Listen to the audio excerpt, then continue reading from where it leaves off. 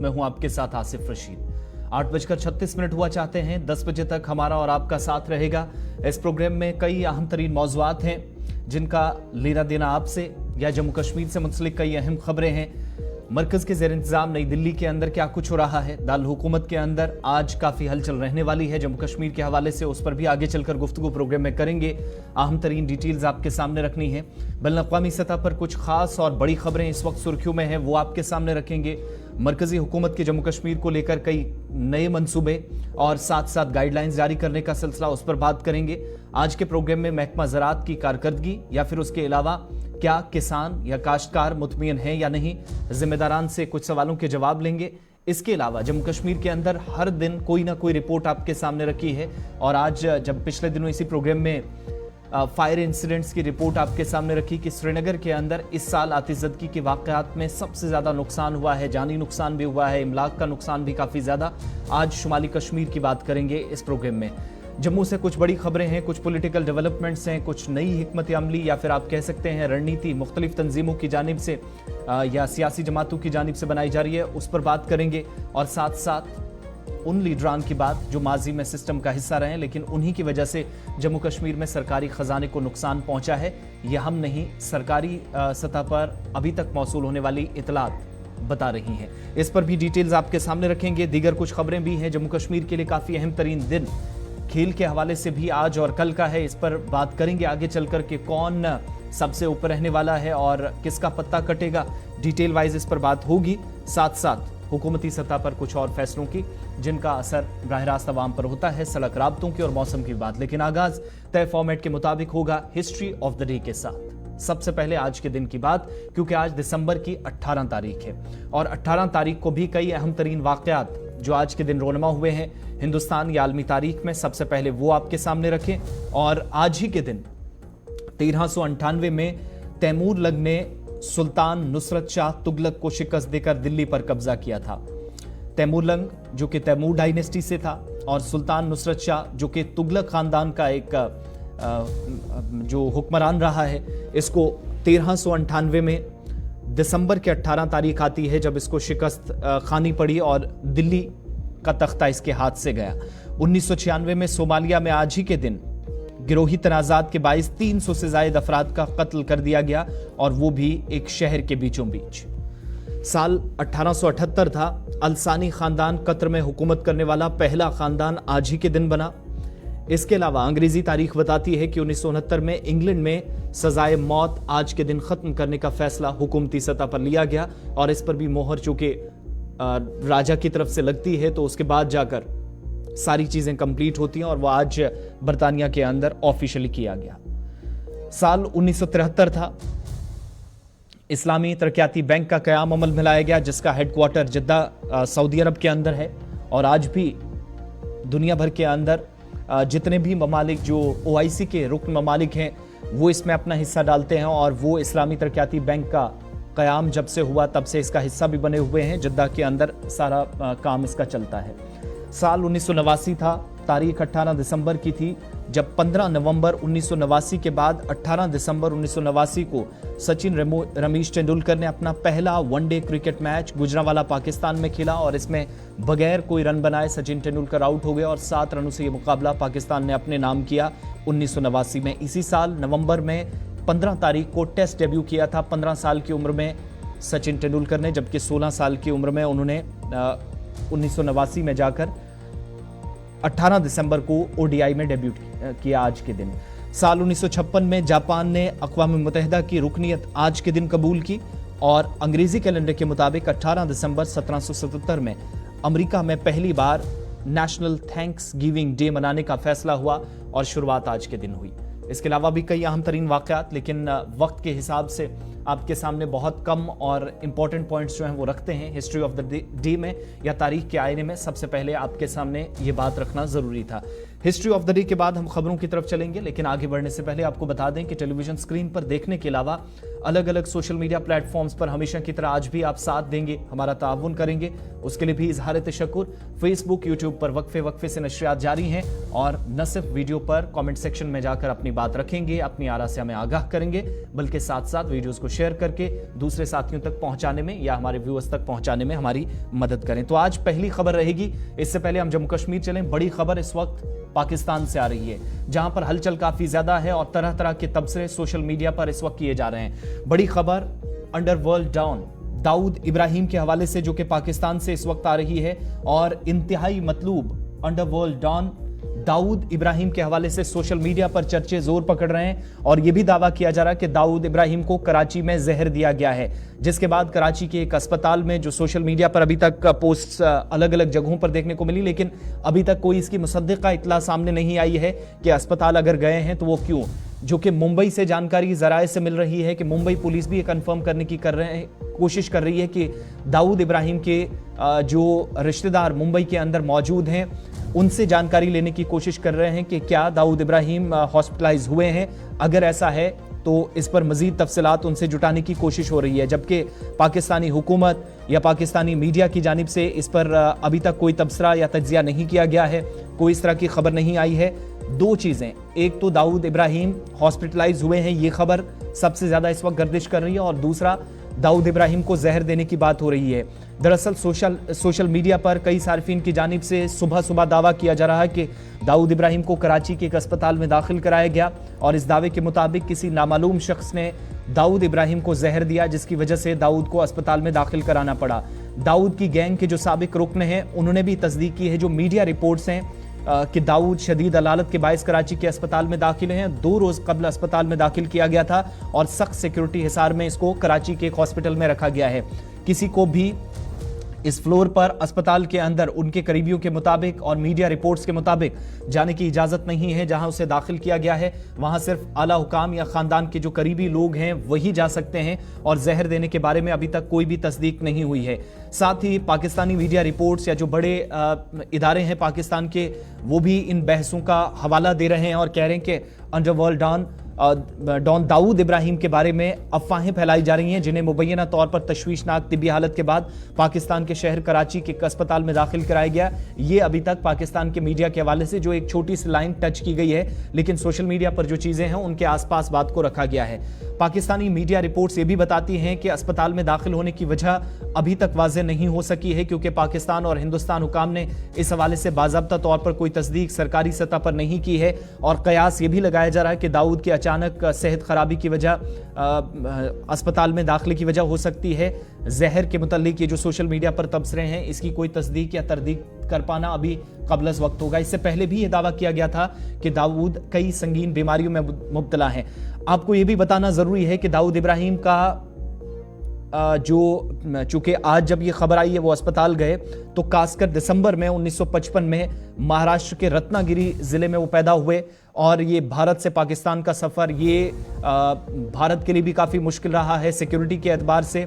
और कहा जाता है कि उनके वालिद इब्राहिम कासकर पुलिस कांस्टेबल थे। बाद अज़ां दाऊद इब्राहिम का ख़ानदान मुंबई के डोंगरी इलाके में आबाद हुआ और 70 की दहाई में मुंबई के अंडरवर्ल्ड में, जहां पर दाऊद का नाम तेज़ी से उठने लगा, पहले वो हाजी मस्तान गैंग में काम करता था और वहां रहते हुए उसका असर रसूख काफ़ी बढ़ने लगा। लोग इसकी गैंग को जो है वो डी कंपनी भी कहने लगे और इसका रहना जो है वो रहनुमा इस गैंग का इसको समझा जाता था। 1993 जिसकी वजह से दाऊद इब्राहिम काफ़ी ज़्यादा इसको मकबूलियत भी मिली और मुंबई में होने वाले जो सिलसिलावार बम धमाके थे उसका मास्टरमाइंड भी दाऊद इब्राहिम को समझा जाता है। इसीलिए हिंदुस्तान के अंदर ये इंतहाई मतलूब रहा है और पाकिस्तान पर कई बार सवाल भी उठे हैं। धमाका करने के बाद वो हिंदुस्तान छोड़कर दुबई फरार हो गया, इस तरह की इतलात उसके बाद आई, जो खुफिया इदारों को जानकारियां मिली और इसके बाद उसने पाकिस्तान में अपना ठिकाना बनाया। अब वो खबर है कि अपने खानदान के साथ वहां रहता था। इसके खिलाफ भारत में दहशतगर्द हमले, कत्ल, अगवा, कॉन्ट्रैक्ट किलिंग, मुनज़्ज़म जराइम, मंशियात, असले की स्मगलिंग जैसे कई मुकदमा दर्ज हैं और साल 2003 में आज से 20 वर्ष कबल दाऊद इब्राहिम को आलमी दहशतगर्द करार दिया गया था और 20 बरसों से भारत की जानिब से भी तमाम तरह की कोशिशें की गई हैं कि या तो भारत लाने या फिर इसकी गिरफ्तारी की भी किसी न किसी तरीके से कोशिशें हुई हैं।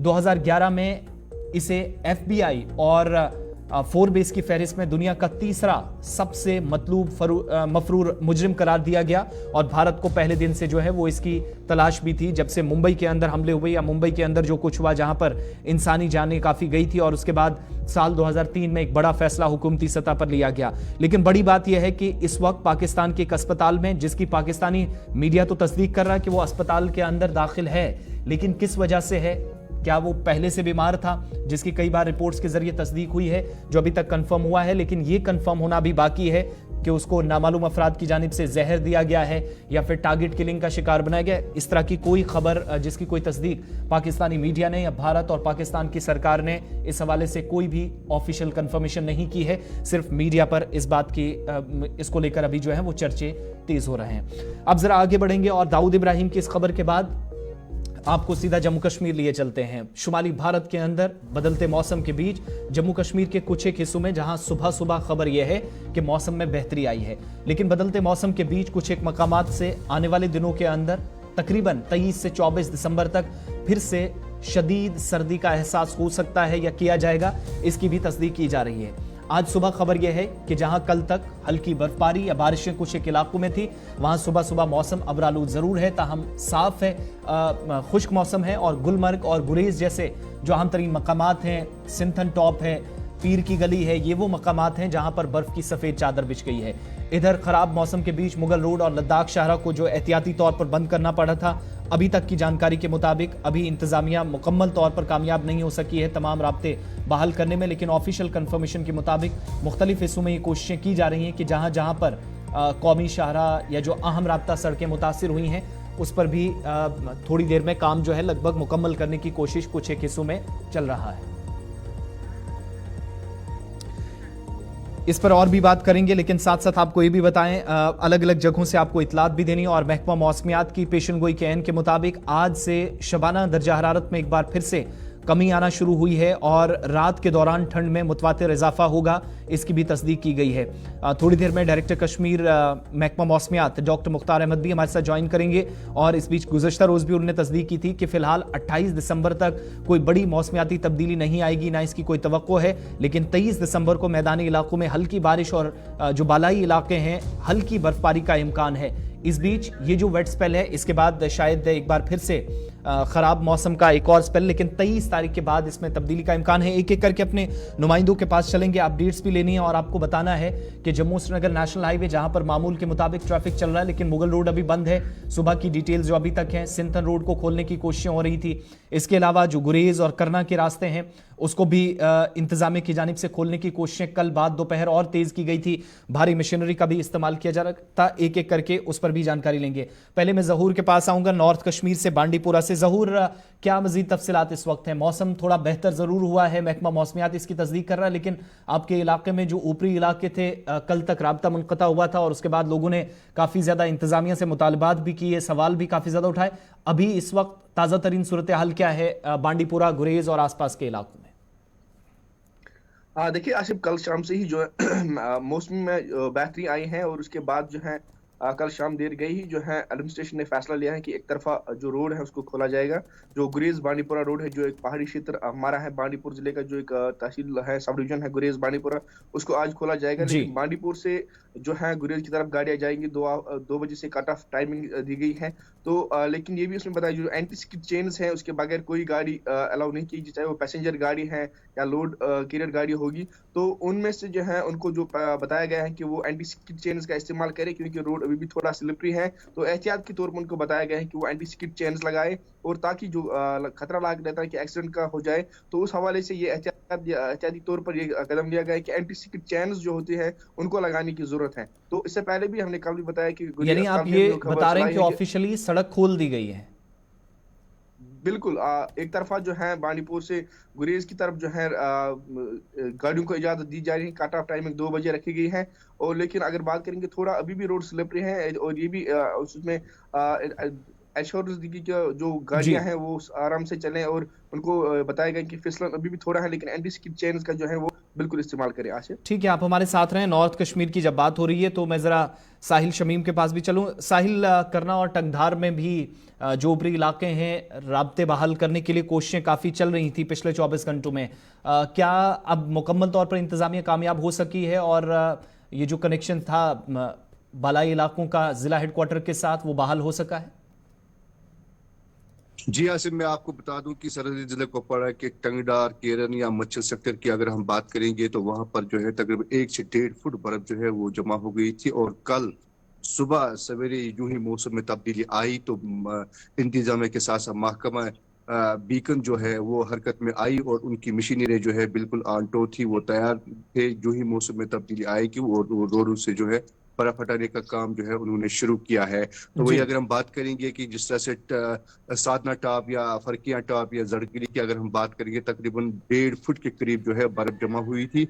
और कल जो है दिन में उसको जो है पूरे इलाके को जो है ये बर्फ हटाने का काम जो है वो शुरू किया गया है। और कल 4 बजे के बाद जो है गाड़ी को इजाजत मिली है आने और जाने की। अगर हम बात करेंगे कि जिस तरह से पहले से ही हुकाम ने जो है मशीनरी तैयार की थी तो और महकमा बीकन ने जो है एक एडवाइजरी भी जारी की थी कि अगर कोई भी गाड़ी जो है कल इमरजेंसी के तय जो है वो चलने की, मतलब उनको इमरजेंसी होगी, उनको चलना होगा इन रोडों पर, तो वो चेन लगाकर चले और चेन बिना चेन लगाकर ना चले, क्योंकि वहां पर जो है हादसा के खतरात लाक होते हैं ताकि कोई जानी नुकसान ना हो। वही अगर हम बात करेंगे कि आज के हवाले से, आज तो यहाँ पर जो है मौसम में तब्दीली आई है, धूप भी खिली है और सर्दी में जो है वो इजाफा देखने को मिल रहा है कल रात से, क्योंकि सर्दी में बहुत ज्यादा इजाफा हुआ है। ठीक है, साहिल बता रहे थे कि सड़क को खोल दिया गया है ऑफिशियली, यानी दोनों नॉर्थ कश्मीर की जो बेल्ट हैं ऊपरी इलाकों को कनेक्ट करने की कोशिश थी। आप हमारे साथ दोनों रहिएगा। अजय शान भी हमारे साथ हैं। अजय, साउथ कश्मीर को चिनाब वैली के साथ दोबारा जोड़ने में जो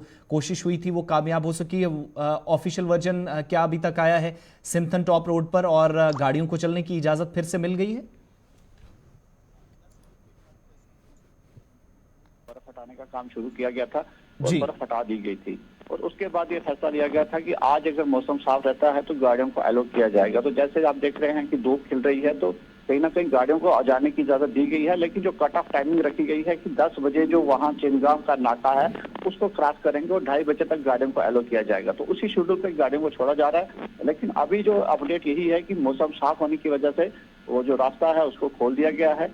कब तक ये साफ रहेगा मौसम, जैसे आपने कहा कि फोरकास्ट है कि आने वाले दिनों में मौसम खराब हो सकता है, लेकिन राहत की बात है कि जो कनेक्टिविटी वैली के साथ जम्मू रीजन की है वो अभी थ्रू कर दी गई है। जी ठीक है, आकाश मलिक से भी एक अपडेट लेते हैं। आकाश, क्लियरेंस का काम मुगल रोड पे मुकम्मल हुआ है और जो लोग सफर करना चाह रहे हैं, दोनों तरफ से इंतजार कर रहे थे, एक वाहिद ऑप्शन बचा हुआ था वापसी का या जाने का कश्मीर की तरफ, तो क्या अपडेट अभी है और क्या गाड़ियों को चलने की आज इजाजत मिलेगी? 48 घंटों से हाईवे बंद थी मुकम्मल तौर।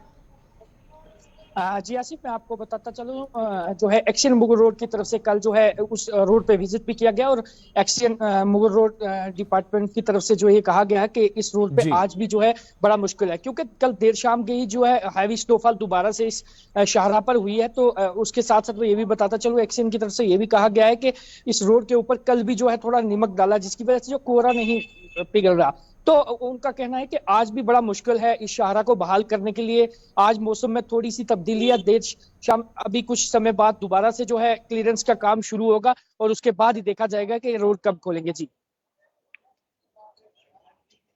आप सभी का, जहूर भट्ट बांडीपुरा से हमारे साथ थे, अजय शान किश्तवाड़ से थे, आकाश मलिक पुंछ से हमें ज्वाइन कर रहे थे और इसके अलावा साहिल शमीम कुपवाड़ा से बता रहे थे कि इस वक्त की सूरत हाल क्या है। लेकिन अच्छी खबरें हैं तमाम इलाकों के अंदर, सिर्फ इंतजार अभी करना है वो मुगल रोड पर और श्रीनगर लेह शाहरा पर मुश्किलात काफ़ी ज़्यादा जोजिला के आसपास। इसलिए पिछले दिनों जो हादसात हुए 5 दिसंबर के बाद हमने इसी प्रोग्राम में आपके सामने रिपोर्ट रखी है कि 20 किलोमीटर के एक दायरे के अंदर काफ़ी ज़्यादा नुकसान हुआ है।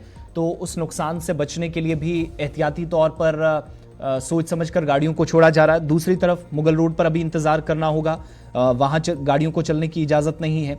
इसी तरीके से आप तीसरा इंपॉर्टेंट रास्ता जम्मू श्रीनगर नेशनल हाईवे, वहाँ पर आप सफ़र कर सकते हैं, लेकिन एक बार निकलने से पहले ट्रैफिक कंट्रोल रूम से ज़रूर रब्ता करें। इसके साथ साथ आपको ये भी बताते चलें कि साहिल शमीम बता रहे थे करना टंगधार या जो साधना टॉप पर बर्फ हटाने का काम था मुकम्मल करने के बाद चेन के साथ जो गाड़ियां चल रही हैं उनको जाने की इजाज़त दी जा रही है, जबकि सिंथन टॉप वाला रास्ता भी साफ हो गया है। और जैसे जैसे धूप खिलेगी, मौसम में मजीद बेहतरी होगी तो इस पर आप देखेंगे कि गाड़ियों को और चलने की इजाज़त दी जाएगी। ज़रा इस जब मौसम की बात हो रही है तो आइंदा 24 घंटों में क्या कुछ रहने वाला है, कल की जो फोरकास्ट है वो आपके सामने रखी थी, लेकिन इस पर और अपडेट लेंगे। हमारे साथ डॉक्टर मुख्तार अहमद साहब हैं, डायरेक्टर हैं मेट्रोलॉजिकल डिपार्टमेंट के, महकमा मौसमियात श्रीनगर के का सारा निज़ाम जो है ये देखते हैं, चलाते हैं। डॉक्टर साहब बहुत शुक्रिया ज्वाइन करने के लिए। क्या सूरत हाल अब इसके बाद रहने वाली है वादी कश्मीर और जो पीर पंचाल रीजन है या फिर चिनाब वैली है, मौसम आइंदा 24-48 घंटों में कैसा रहेगा? और ये जो मामूल की सरगर्मियां मुतासिर हो रही हैं सख्त ठंड की वजह से, क्या ये सिलसिला बरकरार रहने वाला है या कोई राहत की खबर भी है अभी? जी बहुत बहुत शुक्रिया। अभी मौसम खासकर 16 के बाद पहले से ही ऑलरेडी फोरकास्ट था कि ड्राई रहेगा लगभग 23 तक। 23 को फिर से एक फीबल WD है जिसके कारण हल्की बर्फबारी कुछ एक पहाड़ी इलाकों में होगा। अदर देन दिस कोई मेजर वेदर एक्टिविटी फिलहाल नहीं है लगभग 28 दिसंबर तक। तो कुल मिला के जो कोल्ड एंड ड्राई कंडीशन है जो मैदानी इलाकों में या बाकी जो लोअर रीच हैं वो कंटिन्यू रहेगा एज इट इज टिल 28 दिसंबर।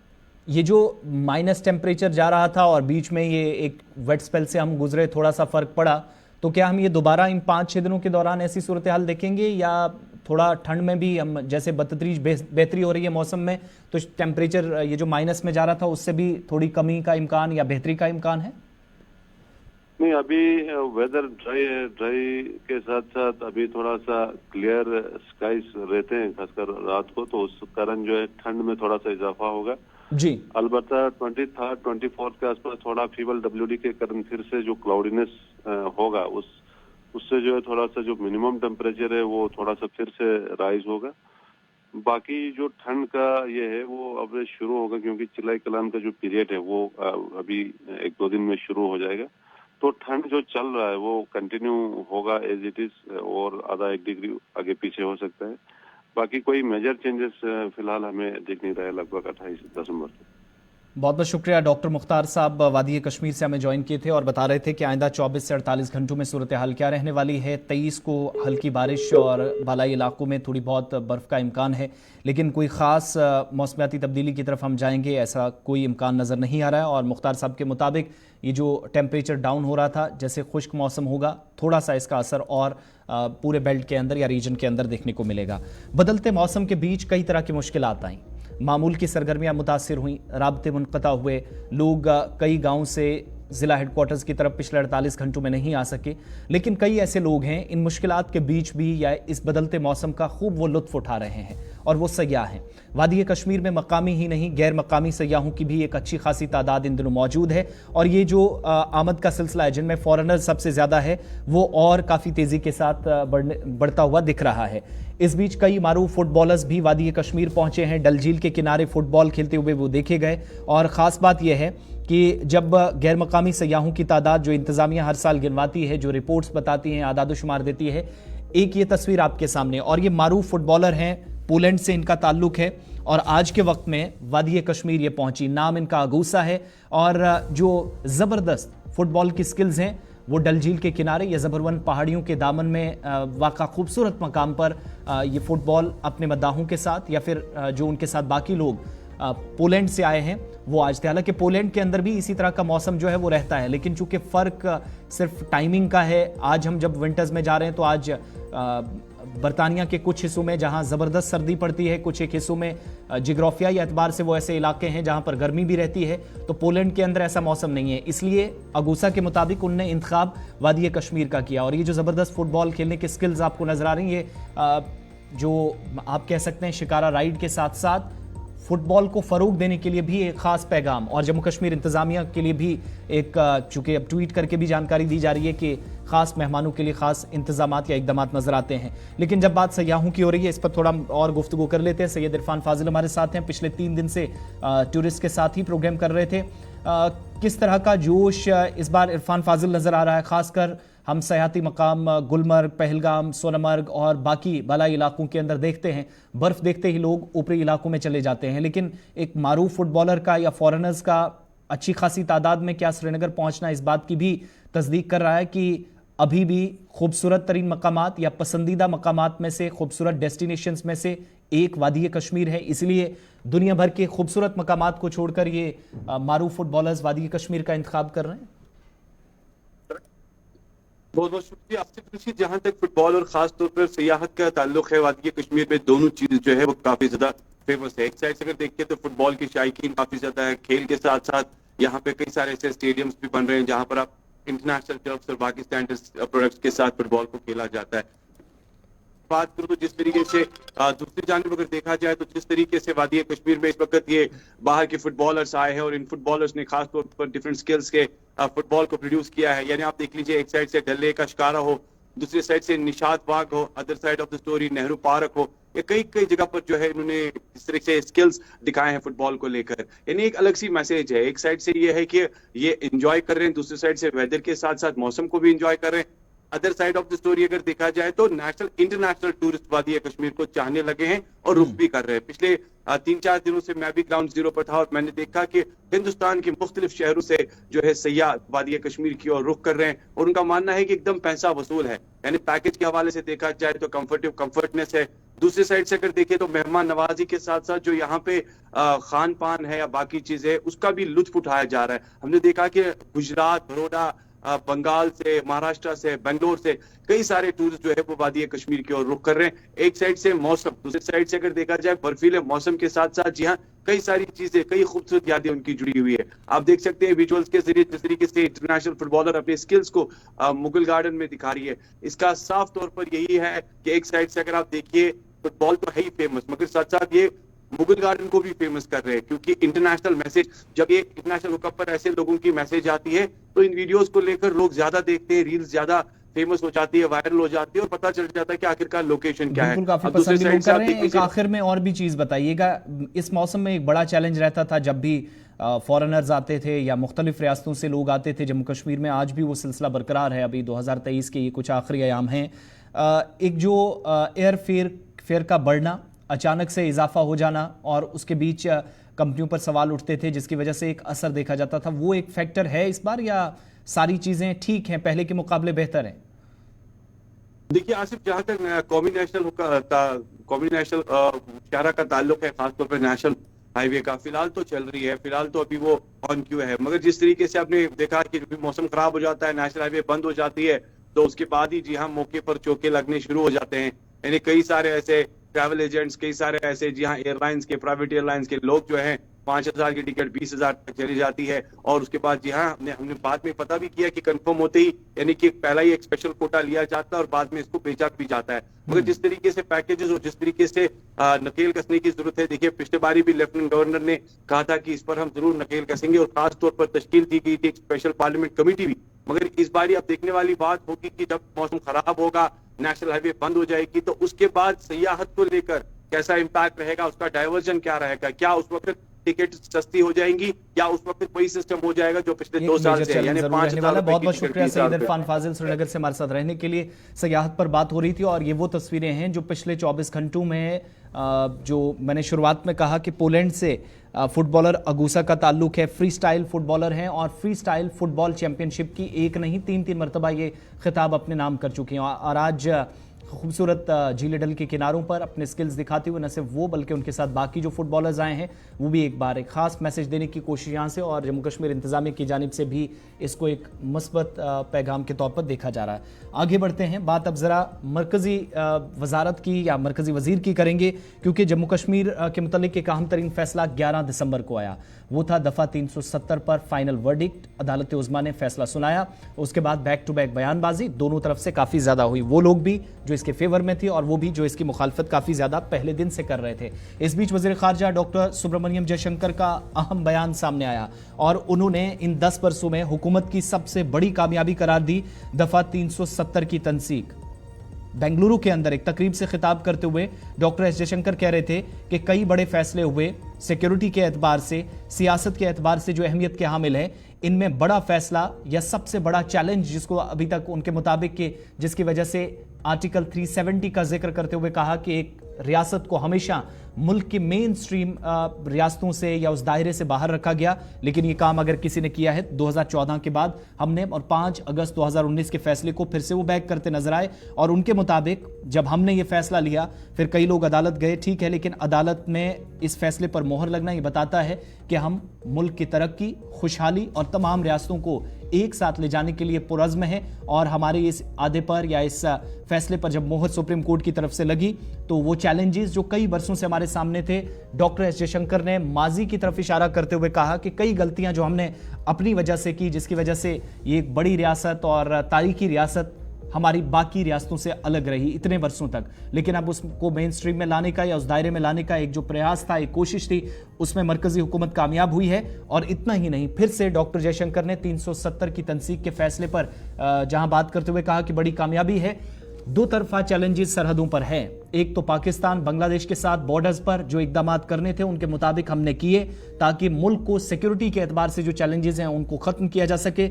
दूसरा, सरहदों पर आज के वक्त में भी कुछ ऐसे इश्यूज हैं जो स्टैंड बाय हैं, जिसमें उन्होंने मशरकी लद्दाख का जिक्र किया, चीन के साथ लगने वाली सरहद पर। और यही वो डॉक्टर एस जयशंकर हैं जो बार बार कहते रहे हैं कि तमाम तरह की मीटिंग्स, तमाम तरह की कोशिशें फौजी सतह पर या दिल्ली और बीजिंग के दरमियान जितनी मुलाकातें हुई, उन मुलाकातों के बावजूद भी वो जो ताअत्तुल था, वो जो आग लगी थी, उसको ख़त्म करने में मुकम्मल तौर अभी कामयाबी हासिल नहीं हुई है, जिसमें गलतियां चीन की तरफ से हुई हैं। यही वजह है कि हमने भी 50-60 हज़ार फौजी जो हैं वो वहां पर तैनात कर रखे हैं और फेस टू फेस जो हैं वो फौजी हैं, अफवाज आमने सामने हैं। इस बीच दोनों तरह के जो इंपॉर्टेंट बयान हैं, दफ़ा 370 और सरहदों पर चैलेंज आज भी बरकरार है। इस पर डॉक्टर जयशंकर की बात आपको सुनाएंगे। बेंगलुरु में एक तकरीब से खिताब कर रहे थे। Different ways, I would say we are a country who have more than our fair share of challenges. Some of them come from our neighborhood. Some of them, I have to admit, are created by ourselves. When it comes to the border, whether it is standing up, sending our troops to the China border, or settling the border with Bangladesh, or responding to cross-border terrorism on the Western Front, you're all aware of this. But some of it is also long-standing issues which we ourselves could have settled. One of them was actually the Article 370 issue in regard to Kashmir. Today, when go to Kashmir, it's a very different Kashmir that we see. It is a Kashmir of tourism. It is a Kashmir of economic growth.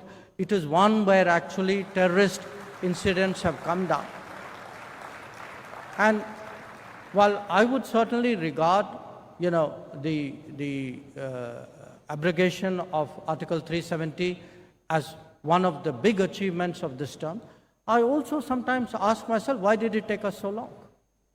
So, a part of looking back is also a degree of self-reflection and, driving yourself to keep looking at the challenges, because we sometimes take achievements for granted. We also sometimes take problems for granted. So it's important that we look at old problems with new eyes. And certainly in this case, because there was a strong conviction to deal with a situation where one state of this country was kept outside the national mainstream, at last that challenge was addressed. देर आए दुरुस्त आए, इतने बरस क्यों लग गए, सवाल पूछने के बीच जवाब भी दिया कि बिलाखिर वो फैसला लिया गया। और उन्होंने कहा कि आज अगर आप कश्मीर जाएंगे तो बदलता हुआ कश्मीर पाएंगे, मुनफरिद पहचान रखने वाला कश्मीर जो मुख्तलिफ है, सिक्योरिटी के एतबार से दहशतगर्दी के वाक़यात के कम होने की तस्दीक जो पिछले दिनों लोकसभा और राज्यसभा के अंदर रिपोर्ट्स के जरिए वजारत दाखिला ने की, उस पर फिर से मोहर लगा रहे थे मरकजी वज़ीर ख़ारजा डॉक्टर एस जयशंकर। खबरों, तज्जियों और तबसरों का सिलसिला जारी रहेगा। ब्रेक के उस पार आप हमारे साथ रहेंगे। पहले ब्रेक के बाद जब वापस आएंगे तो जम्मू आपको लिए चलेंगे कई लीडरान, कई ऐसे कद्दावर लीडरान या फिर सियासी शख्सियात जिन्होंने जम्मू कश्मीर में सरकारी खजाने को नुकसान पहुंचाया है। तफसीलात क्या हैं, कैसे हैं, वो सारी आपके सामने रखनी है। और साथ साथ बैक टू बैक जो मीटिंग्स जम्मू कश्मीर के अंदर हुई हैं उनका आउटकम क्या है, उस पर गुफ्तगू करेंगे।